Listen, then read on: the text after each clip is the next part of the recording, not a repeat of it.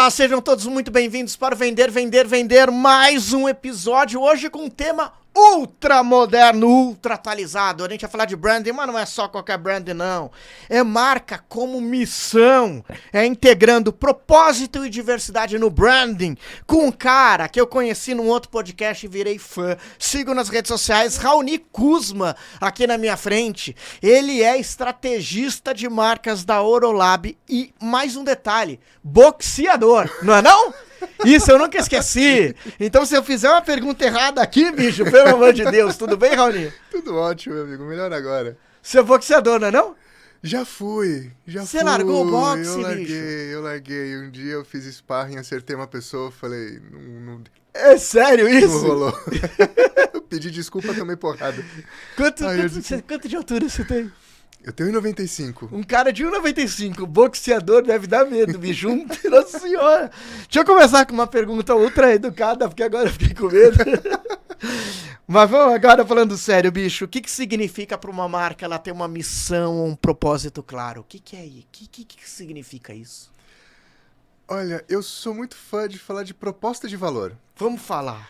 Porque eu acho que o propósito ficou muito hypado.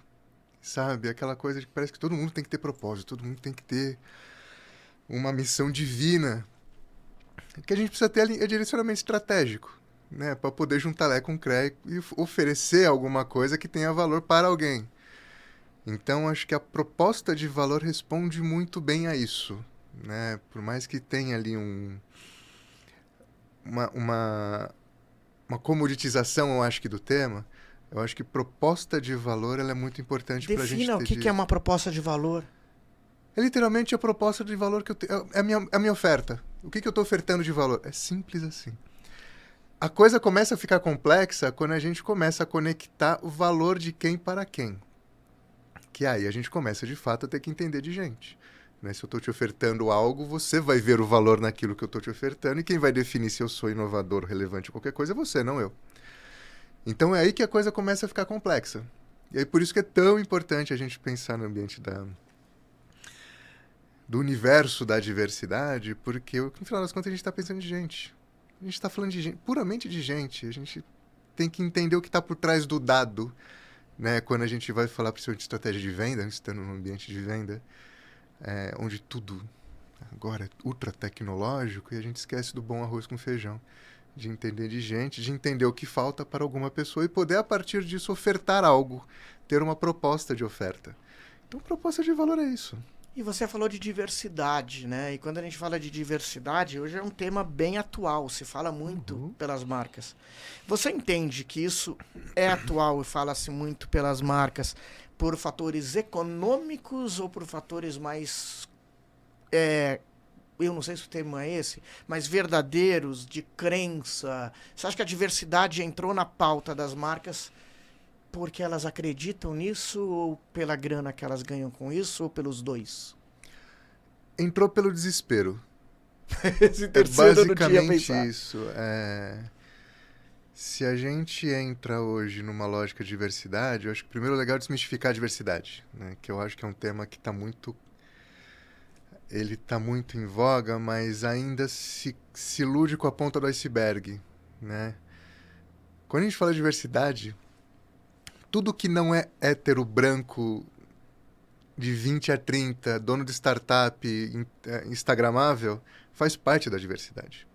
Um senhor branco de 50 anos de idade, ele já faz parte da diversidade. Uma mulher de 0 a 100 faz parte da diversidade.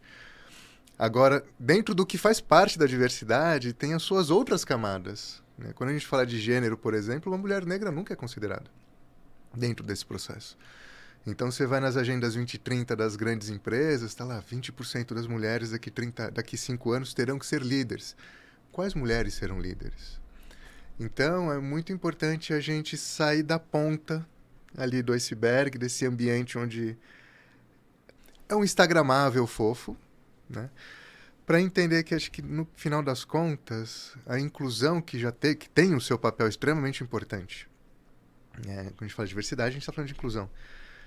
Mas a gente precisa evoluir o tema, porque a grande questão da diversidade é isso: você colocou todo mundo e homogeneizou todo mundo virou uma massa. Então você consegue ser seletivo para falar de inclusão e ainda ser inclusivo de uma forma muito coerente. Então você está incluindo. Você está incluindo na paisagem, acabou. Então a gente precisa evoluir um pouquinho para falar sobre coexistência. E é aí que a coisa pega. Porque aí eu preciso tornar esse ambiente, dentro de uma dinâmica de cultura, de governança, de fato inclusivo para todos. E aí a gente fala de competitividade. Porque a gente só vai entender um pouco do que é essa diversidade que hoje a gente só vê enquanto uma coisa imagética, vamos falar assim. Aí vai entrar numa lógica competitiva de fato, porque aí é uma pessoa que entende a outra pessoa de uma forma mais clara. Tem dados, por exemplo, da Harvard Business Review que aponta que uma empresa que tem diversidade no seu campo mais estratégico é 150% mais competitiva, porque simplesmente ele sabe entender o cliente, sabe entender de gente, é um pedacinho do Brasil que sabe entender um pedacinho do Brasil. Então, quando a gente fala nessa relação das marcas enquanto uma lógica diversa, tem essa relação de até onde você quer e o porquê a gente não está indo além. Porque no coração não tem. Ninguém faz porque ama. Isso é uma coisa importante. Porque dá trabalho você repensar, a partir do seu amor, todo um código de ética de uma empresa, toda uma dinâmica de cadeia de valor. Então eu fico um pouco sempre com o pé atrás de quem fala que a causa é linda e maravilhosa e que quer incluir todo o arco-íris dentro da empresa, assim. Embora existe, mas ainda eu fico um pouquinho com o pé atrás, quando é coisa muito amor. Sabe que, e desculpa te interromper, mas uns 2 anos atrás, 2 anos e meio atrás, a gente estava gravando um episódio, eu e você, e mais um convidado, que se eu não me engano, eu acho que era o... Eu acho, não, certeza, era o Sebastiani. Ah, sim, Sebastiani. o André. Perfeito. E eu lembro que eu perguntei pra você, assim, quando você falou mais ou menos do tema, eu não lembro se foi exatamente isso, porque 2 anos e meio atrás é muito tempo pra eu lembrar. Mas foi assim, poxa, mas você não acha que a publicidade tá cada vez mais inclusiva? E você falou, tá nada, João. Tá mais para inglês ver. 2 anos e meio atrás, depois de 2 anos e meio, eu repito mais ou menos a pergunta. Será que hoje a publicidade, a televisão, ela não tá mais inclusiva? O mais inclusivo não necessariamente significa inclusivo, porque antes não tinha. Então, Tem razão. Então, sair do zero é muito fácil. Sair do zero é fácil, porque você coloca, de novo, você inclui alguém na paisagem. Né? Então, acho que essa é a grande questão, o que falta para ir além da paisagem. Porque é isso, quando a pessoa está na paisagem, ninguém tem o compromisso de colocá-la ela em outro lugar que não seja a paisagem. É meio agregado da família, sabe? Que sempre vai ser o agregado, mas nunca vai fazer parte da família. Essa é a dinâmica de inclusão de uma dinâmica corporativa, a partir de um prisma corporativo. Então, é interessante quando a gente começa a enxergar como... Essa é uma visão que, ela, além de ser apequenadora para quem faz parte do universo da diversidade, ela é uma burrice estratégica para quem cria a estratégia da diversidade.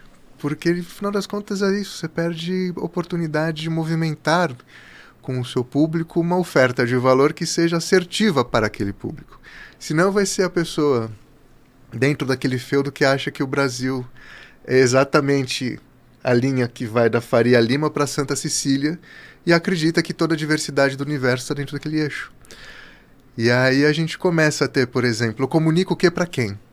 Com qual linguagem, com qual código, com qual símbolo a gente vai trabalhar essa lógica de interação para formar esse valor, esse vínculo, de fato, essa relação de que bom que você está falando comigo. Agora, como é que você vai falar comigo se você não sabe quem eu sou, você não sabe a minha linguagem, você não sabe o meu repertório, você não sabe o meu território, você não sabe o que é violência para mim? Então, tá muito longe ainda. Mais uma vez, está na paisagem, mas falta muito. E quando a gente chega e pergunta o que falta para ir além, não tem resposta. Porque isso seria a próxima pergunta que falta. Porque olhando assim, porque eu posso ser bem o perfil... É que eu já saí dos 30 anos que você botou o perfil normal, então eu já tô mais perto do senhor de 50. É foda isso. Que triste, eu tô mais perto do senhor de 50 do que do cara de 30 que você botou como sendo o padrão. Mas assim, eu tenho uma filha de 3 anos de idade, né? E eu comecei a reparar que tudo que ela vê na televisão, no YouTube, ou é besteira, ou são coisas idiotas no meu ponto de vista, ou as coisas que não são idiotas, eu vi que a pequena é uma menina. Normalmente são as coisas de princesa, que ela é submissa ao príncipe, que ela tá desmaiada, que... E então eu me preocupei em dar historinhas pra ela, ou tem um monte de Mulher Maravilha na casa, não sei o quê. E eu falo assim, cara, quem investir no empoderamento feminino desde pequeno, e já existe marca, talvez ganhe dinheiro com isso. Será que investir... Eu falei da minha realidade, mas tem milhões de outras. Será que não é rentável financeiramente investir nesses blocos? É muito, porque não é bloco. Porque... Exatamente, que é um universo gigantesco. É um universo gigantesco. Então, por exemplo, dá um exemplo, acho que fica prático, no mercado de cosméticos, que é um mercado que eu atuo muito. Quando a gente começa a pensar nas relações de nicho, vamos pensar de categorias. De novo, tudo que não é branco, hétero, organizado, é considerado nicho. E aí você tem, por exemplo, o nicho de pessoas negras, que são a maioria das pessoas do universo no Brasil, mas que é considerado nicho. Onde a beleza negra é considerada uma tendência. E qual que é a grande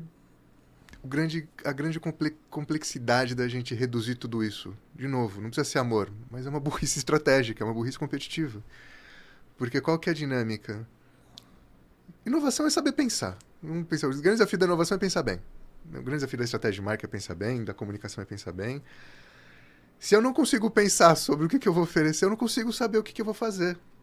E aí eu faço do meu negócio um grande ralo de inovação, um grande ralo de investimento.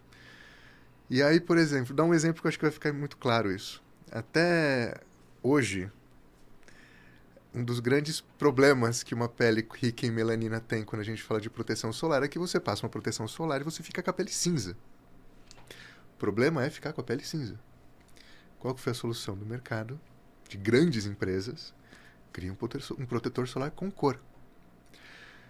Se você está de fora e você não enxerga ou não conhece um pouco da jornada de tornar-se negro, o que vai acontecer? Você fala, cara, que inovação incrível.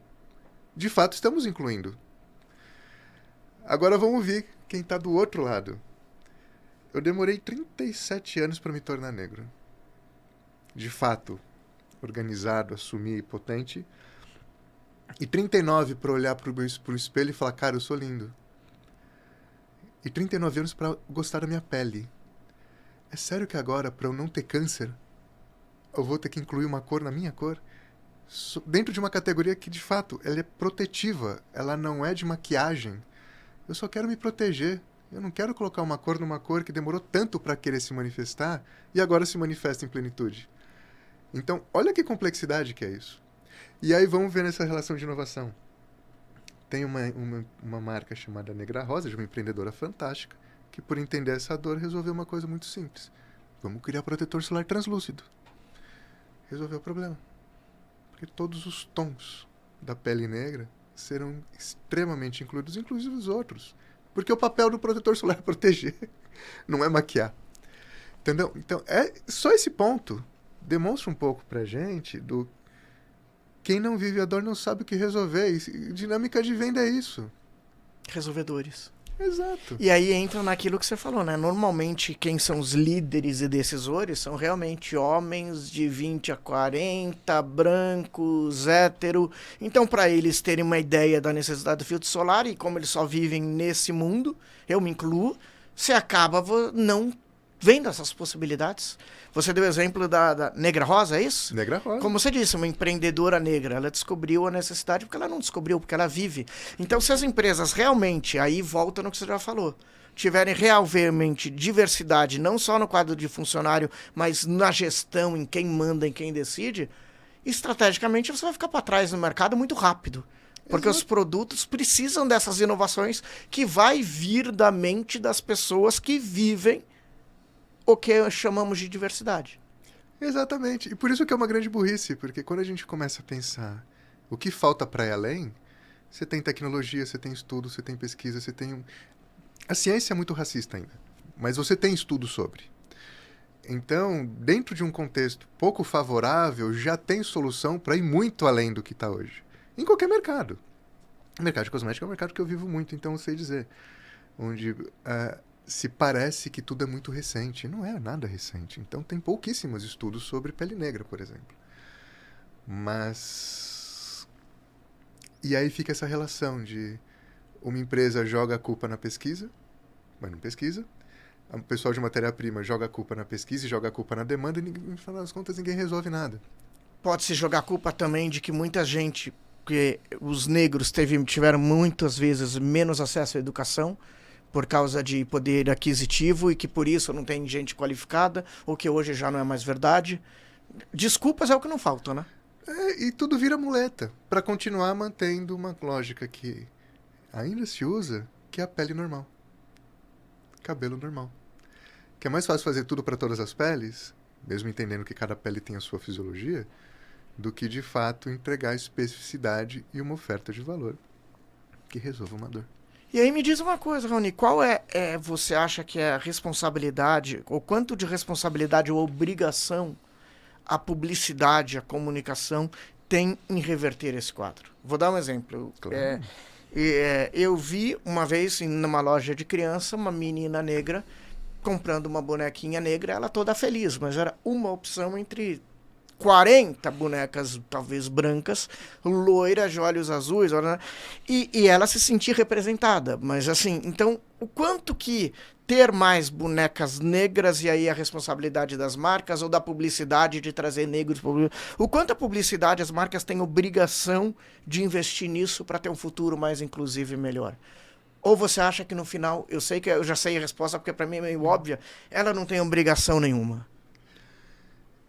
Ninguém tem obrigação, até porque no Pra mim não foi capital... óbvio, eu pensei que tinha obrigação. No sentido de até uma obrigação moral, no sentido de, cara, trazer todo mundo pra conversa. Existe uma dinâmica de reparação histórica que é importante a gente pautar. Eu acho que isso é importante porque quando você exclui, em algum momento, aquilo que é excluído se reverte, né? Mas eu acho que a questão é assim, se a regra é o capital, a lógica de transformação de movimento é formação de capital. Então vamos partir dessa premissa mais pragmática que ninguém tem obrigação de nada. Agora, e aí que eu acho que é esse grande ponto, é a gente fazer a transformação de enxergar a diversidade, o antirracismo, essas relações como vetor de competitividade e não só como uma relação de causa. Se a gente enxerga a diversidade como causa, acabou o processo, porque aí eu vou incluir na comunicação, vou criar uma boneca, vou criar um produto e está incluso, está resolvido. A questão quando a gente começa a enxergar essa relação de tornar isso um vetor de competitividade é que você sai de um discurso social para entrar no discurso econômico. E aí a gente começa a pautar a relação de você simplesmente está perdendo dinheiro. Maravilha que você ganha dinheiro já. Isso a gente fala com grande indústria. Tipo, cara, a gente tem milhões já de faturamento. Parabéns. Maravilha. Você podia estar ganhando muito mais. Não é que você está ganhando menos. Você podia estar ganhando muito mais fazendo o exercício de saber tratar gente como gente. Até porque quando a gente enxerga quais são as grandes dores do mercado quando a gente começa a pensar reposicionamento. Eu não consigo mais falar com o meu público. E aí se começa todo um processo de reposicionamento para que a marca esteja alinhada com as dinâmicas de comportamento do público. E quando a gente fala na relação da comunicação, tem uma coisa que é muito importante, que é o seguinte. E aí entra uma noção que não necessariamente é uma obrigação de execução, mas eu acho que é uma responsabilidade ética. É o mínimo do bom senso que a gente precisa ter enquanto estrategista ou enquanto comunicador. Comunicação cria imaginário. E quando a gente forma o imaginário, a gente deixa muito claro quem acessa e quem não faz parte. Então, uma criança negra que se enxerga numa boneca, ela não está comprando um bem de consumo, uma experiência de um produto. Ela está comprando uma possibilidade dela se enxergar num futuro onde ela faz parte do mundo. Então, existe essa profundidade que a gente precisa entender, porque a nossa forma de comunicar e uma marca comunicar afeta uma sociedade como um todo.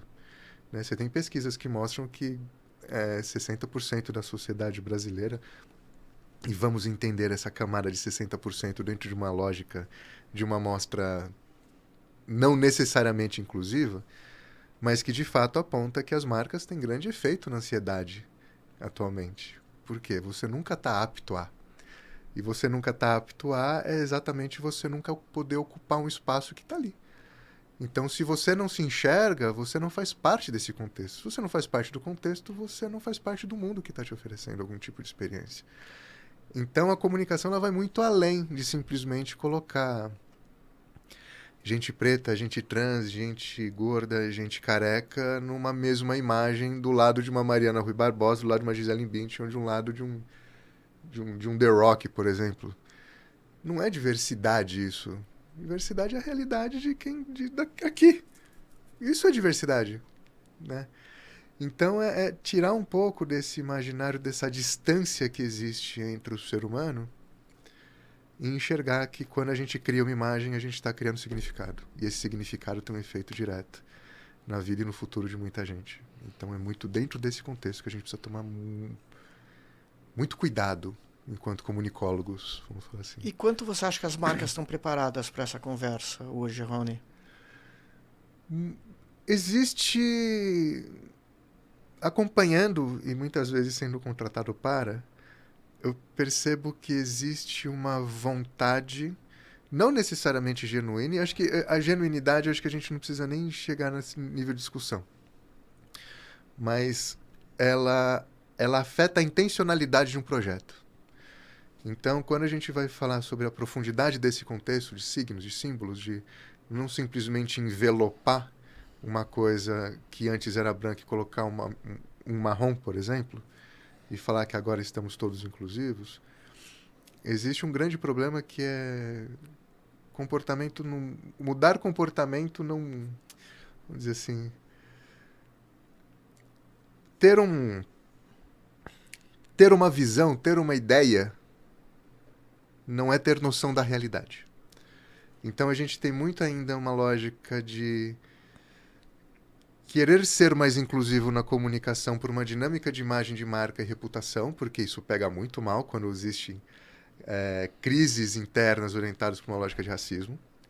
Né? Tanto que hoje você tem umas equipes de gestão de crise gigantescas, a prontidão e exaustas, porque tudo pode acontecer a qualquer momento. Isso é muito caro para uma empresa. Então ela tem que criar... vamos pensar assim. Passamos por essa experiência já. Ela não resolve, mas cria programas de transformação cultural. E ela cria programa atrás de programa, atrás de programa. Isso custa tempo e dinheiro, né?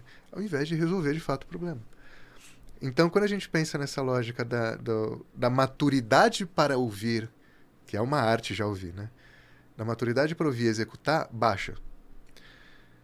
E isso afeta a qualidade daquilo que a gente enxerga na ponta enquanto consumidor, enquanto analista, né? Mas existe uma abertura por uma lógica comercial, e eu acho que esse é o eixo que a gente precisa sempre trabalhar bastante, que a partir disso se enxerga uma demanda, a partir dessa demanda se enxerga uma necessidade de aprendizado, e a partir disso se aprende. Então, o eixo ele muda muito para essa relação de o que eu ganho com isso, e não como eu vou transformar isso.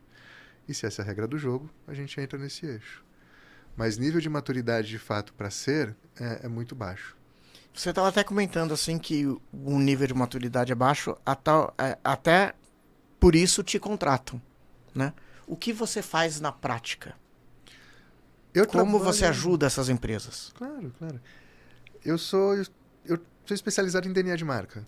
Então, meu papel é exatamente entender o DNA do negócio e, a partir disso, transformar numa proposta de valor que seja capaz de conectar com seus públicos de interesse dentro do contexto dos públicos de interesse.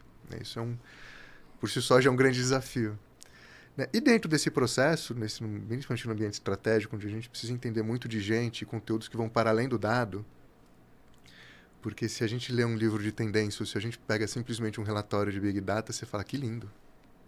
65% da sociedade brasileira agora está orientada para uma lógica de saúde integrativa, sendo que 60% da sociedade brasileira é pobre, não tem nem acesso. Então, a gente precisa entender o que está por trás dos dados para poder criar as estratégias mais assertivas. E dentro desse processo, a gente consegue fazer muita coisa nessas relações, porque a gente começa a fazer uma engenharia reversa.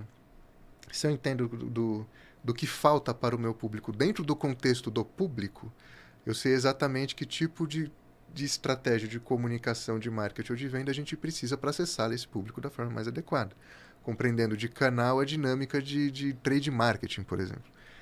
Indo para trás, se eu entendo o meu público, entendo já como eu tenho que vender, eu tenho uma noção muito clara do que eu preciso fazer para fazer isso. Produto, design, porque ele tem uma linguagem, um acesso que é dele, não é o nosso. E a partir disso a gente começa a enxergar exatamente de tudo dentro desse contexto, quais as melhores estratégias e quais a dinâmica de proposta de valor mais sólida para a gente tornar-se competitivo dentro de uma cadeia de valor que é possível tornar viável esse tipo de inovação que a gente vai propor. Então é a partir do público que a gente cria a estratégia, né? Então a gente consegue, a partir disso, desde criar um reposicionamento de uma grande marca, né, de matéria-prima, por exemplo, até pensar em estratégias de como criar um manual de comunicação antirracista.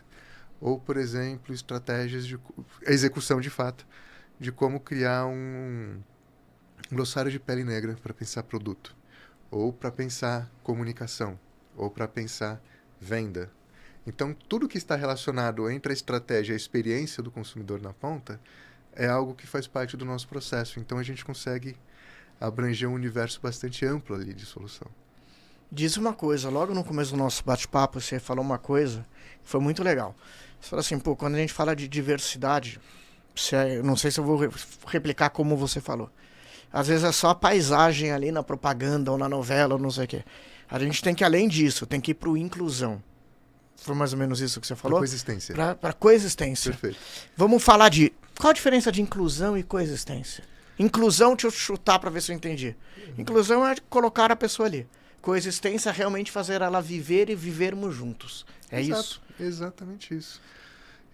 Mas na inclusão você não tem o compromisso de tirá-la daquele contexto. Não de tirá-la, desculpa, eu falei errado. De fazer com que ela ascenda naquele contexto. Então você pode ser uma marca extremamente inclusiva com o seu time de operação inteiro dentro do contexto que vai do etarismo ao trans. Mas quem está ali na tomada de decisão? Quem ali tem alguma voz para poder ser ouvido de fato e não simplesmente entregar a operação? Então é muito nesse sentido. E quando a gente fala na lógica de coexistência, é de fato entender que a gente precisa ter uma mudança cultural dentro da empresa, uma mudança de governança, uma estrutura jurídica que torne saudável, que torne potente a diversidade em si. Senão a gente vai ainda achar que a reputação, boas partes dessas marcas depende do silêncio de quem paga boleto, por exemplo. Então quem está pagando o boleto tá, ponto. Pode chutar, pode bater. Tá pagando o boleto, acabou. Tem 3, 4 crianças em casa para chegar comida. Não estou preocupado com o que meu chefe está falando.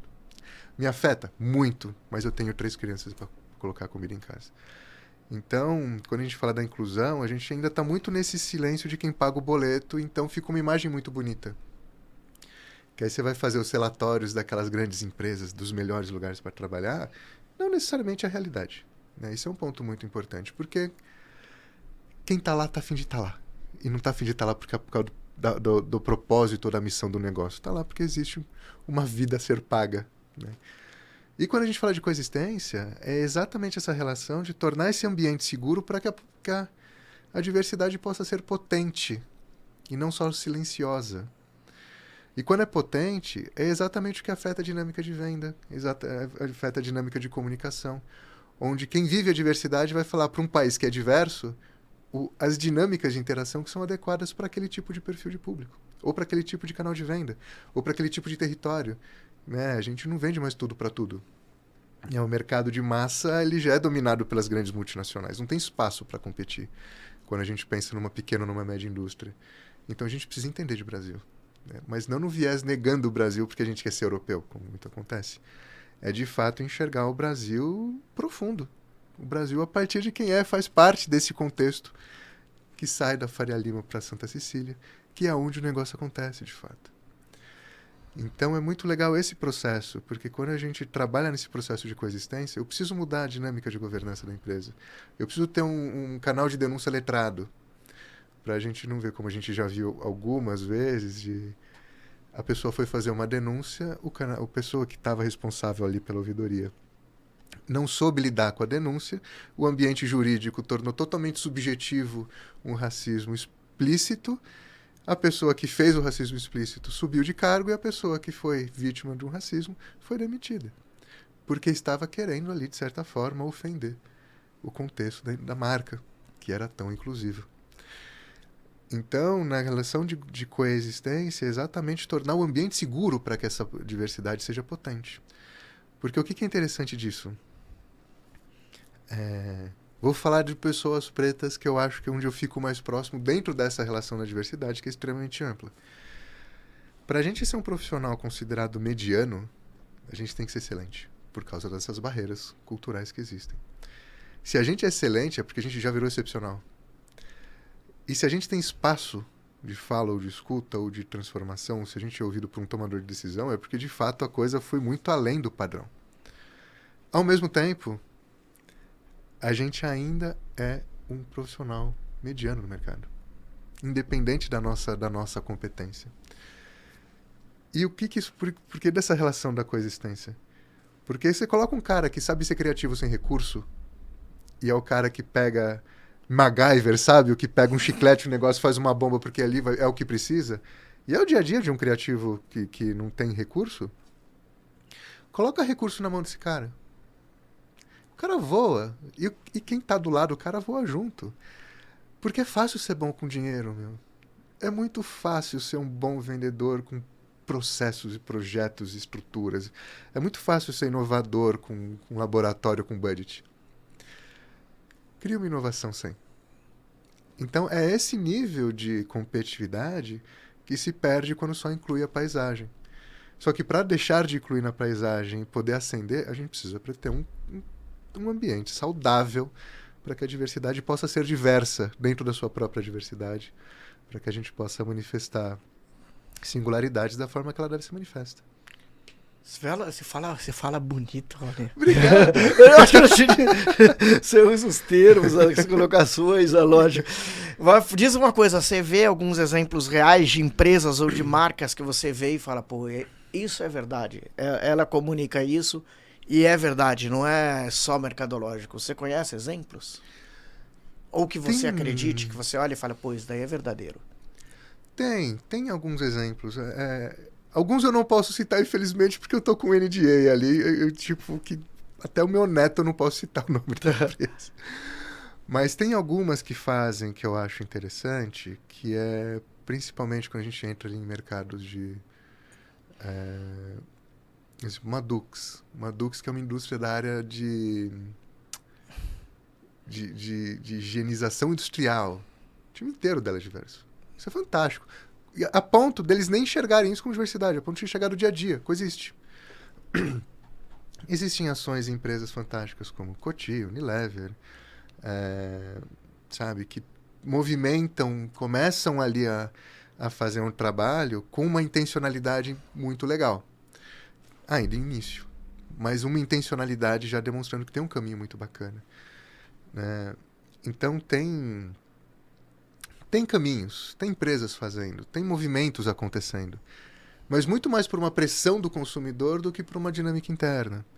Né? E às vezes você tem pessoas da diversidade ali, pessoas negras, pessoas trans, mulheres, pessoas com mais experiência de vida, que começam também a fazer um movimento com um pouco mais de escuta de tomadores de decisão internamente. Então, é um jogo onde a indústria está sendo movimentado por personagens específicos da indústria e o consumidor está bombando porque cada vez mais, pela dinâmica social que a gente vive, ou você tem consciência racial, consciência de gênero, ou você vai ser engolido por esse processo. Então, quanto mais consciência racial, por exemplo, a gente tem, mais potente é a nossa voz enquanto consumidor falando o que eu quero e o que eu não quero. Senão eu posso aceitar qualquer coisa, não tem problema. E não tem problema uma pessoa negra aceitar qualquer coisa também. Não tem problema nenhum. Todo mundo pode ser o que quer a vida. Mas existe essa linha onde, a partir do momento que eu torno uma consciência mais pulsante, eu não quero mais qualquer coisa. E esse nível aumenta muito todo dia, a cada momento.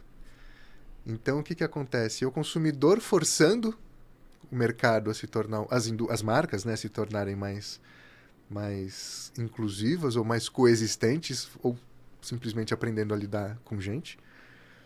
e movimentos internos de pessoas específicas, de times específicos, de clusters muito específicos ainda, que conseguem ressoar dentro de uma marca. Mas ainda assim, vamos falar, dentro de um universo Brasil, de um país continental, se a gente falasse, uau, estamos sendo mais... Não, está muito longe ainda, está muito longe. São ilhas de excelência que estão fazendo o excelente básico, vamos pensar assim. E essas ilhas de excelência que estão fazendo o excelente básico, isso se deve também, você acredita, talvez, tô pensando, enquanto você fala, eu tô pensando aqui, a força das redes sociais, porque até um tempo atrás existia só uma mídia de massa, televisão, rádio, né, que eles têm agenda deles do que exibir. A partir do momento que chega a mídia social, todo mundo também é um exagero, mas muita gente começa a ter voz e começa a pressionar essas marcas por outras agendas, além daquelas padrões. Você acha que isso fez com que as marcas fossem obrigadas a enxergar a diversidade e a coexistência, ou não necessariamente? Sim. Porque meu avô não tinha... Tá certo, meu avô é branco, mas o teu avô, sendo ele negro, ele não tinha o acesso que você tem ao mundo por causa das redes sociais e dar a sua voz. Então talvez a briga dele fosse muito mais difícil do que a de hoje, correto? Sim, e existe uma dinâmica muito interessante. Tem uma empresa também que está fazendo uma coisa muito legal, que é a L'Oréal, desculpa, só para incluir uma outra empresa também que eu acho que está fazendo um trabalho bacana. Mas tem uma coisa que eu acho interessante, que é o seguinte, para além das redes sociais, eu acho que tem as dinâmicas de comunidade e as dinâmicas de empreendedores que estão fazendo muita coisa dentro daquilo que é possível dentro do universo deles, que estão movimentando uma relação de, se você não dá solução, tem quem dá. Então, por exemplo, nas redes sociais é muito interessante, porque qual que é a grande preocupação ali? É reputação. É reputação e engajamento. Né? Então, essa relação de uma marca ter que ser cada vez mais inclusiva nas dinâmicas de comunicação está muito mais relacionado em como eu engajo públicos diversos do que, de fato, ter um DNA diverso. Mas existe esse efeito de que em algum momento eu vou ter que aprender para, no minimamente, ter uma proposta mais diversa internamente, uma cultura para sustentar essa lógica de comunicação. Então, tem um efeito muito importante, muito potente, né, da rede para a empresa, da rede para a marca no dia a dia. Nas lógicas de comunidade, é muito legal, porque as comunidades digitais ou as comunidades de marca hoje já trazem uma lógica diversa que é muito importante, que se a empresa tiver o mínimo de arte de escutar, essa relação de fato da escuta, ela já por si só vai ter muito aprendizado ali, porque é um público diverso falando para ela o que ela quer. Ponto. Então é uma relação de escuta. E tem uma coisa muito importante, que eu acho que isso é um movimento que a gente precisa aplaudir muito, que é principalmente quando a gente fala dos afroempreendedores, ou dos empreendedores que têm ali as camadas no universo trans, nos LGBTQIA+, isso eu acho muito importante, até nas dinâmicas de etarismo, que é essa relação de eu tenho uma dor, não fui atendido, vou fazer um negócio porque eu sei que outras pessoas também não foram atendidas. Então, começa assim, não, isso é um movimento já antiguíssimo, né? A gente começou a empreender vendendo comida há 600 anos atrás. Então, isso já acontece há muito tempo. Mas tem uma lógica que é interessante quando esse negócio começa a ascender.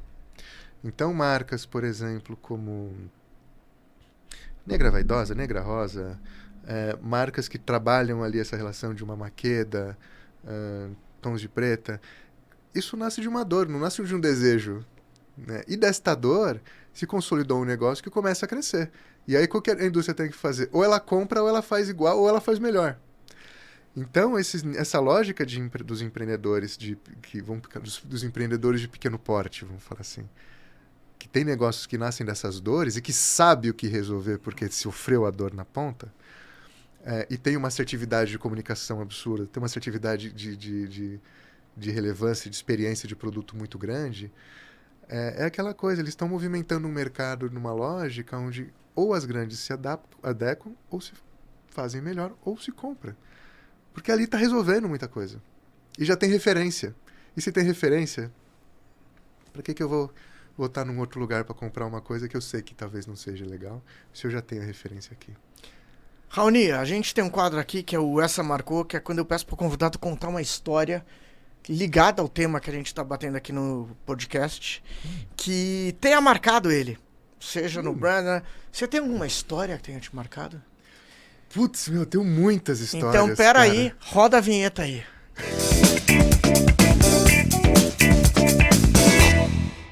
Conta aí, meu. Que legal. história você separou?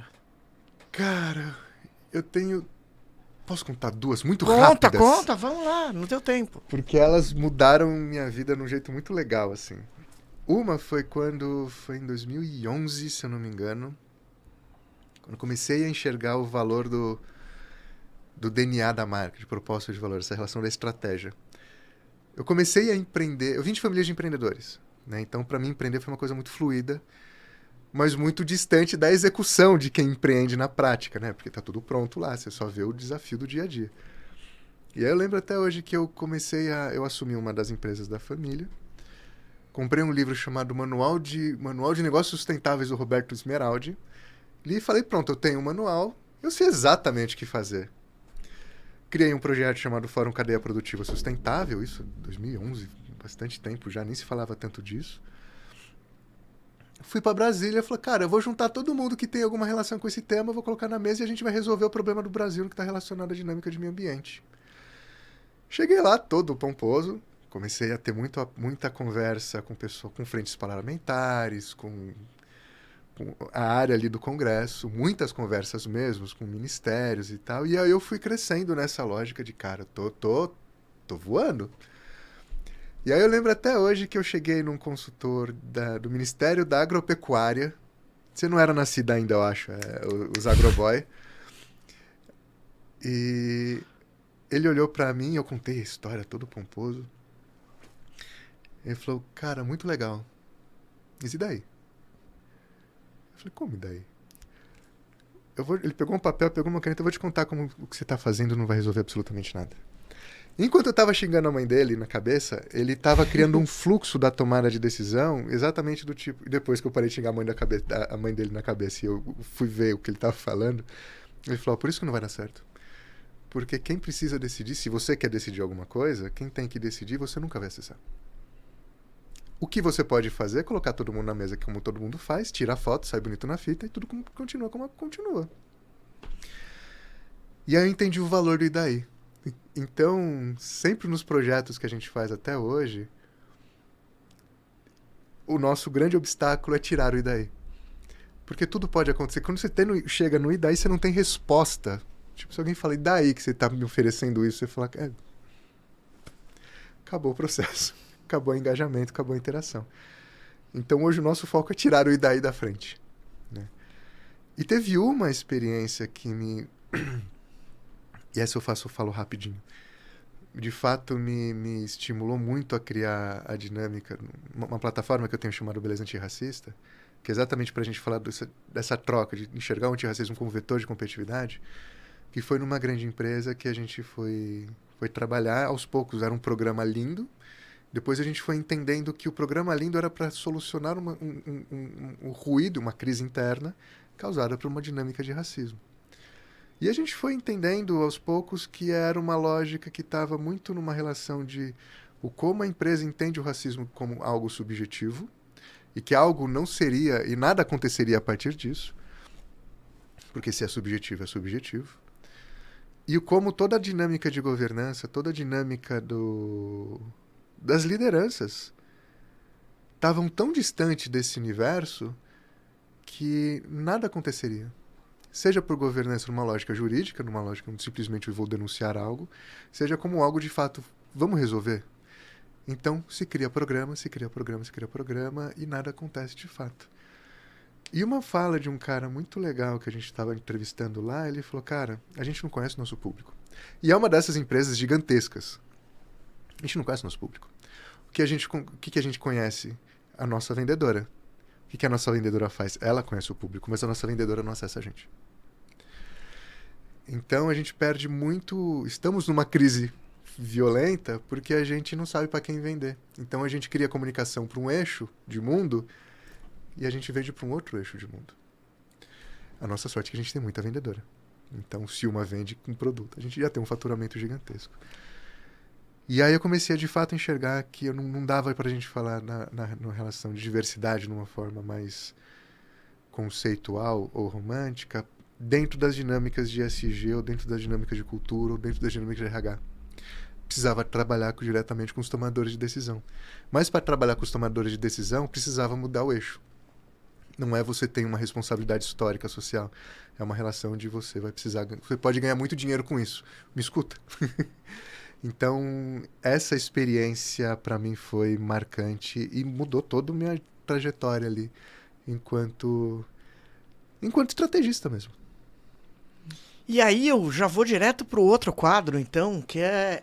O que esse estrategista trouxe aqui de dica de livro, de filme, de série? Roda a vinheta.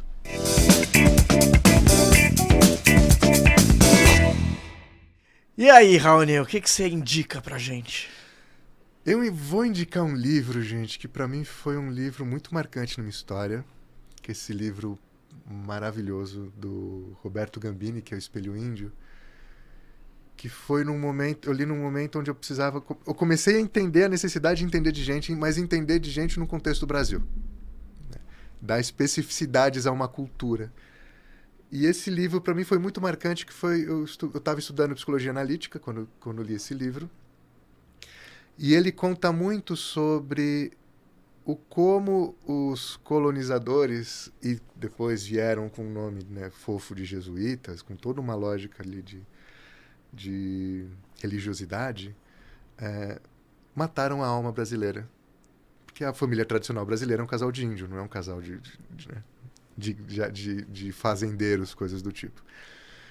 Então, e nesse processo, como ele foi demonstrando pelas cartas dos próprios jesuítas como eles enxergavam os indígenas, os brasileiros, né, ali os originários, de uma forma totalmente demonizada, totalmente objetificante, totalmente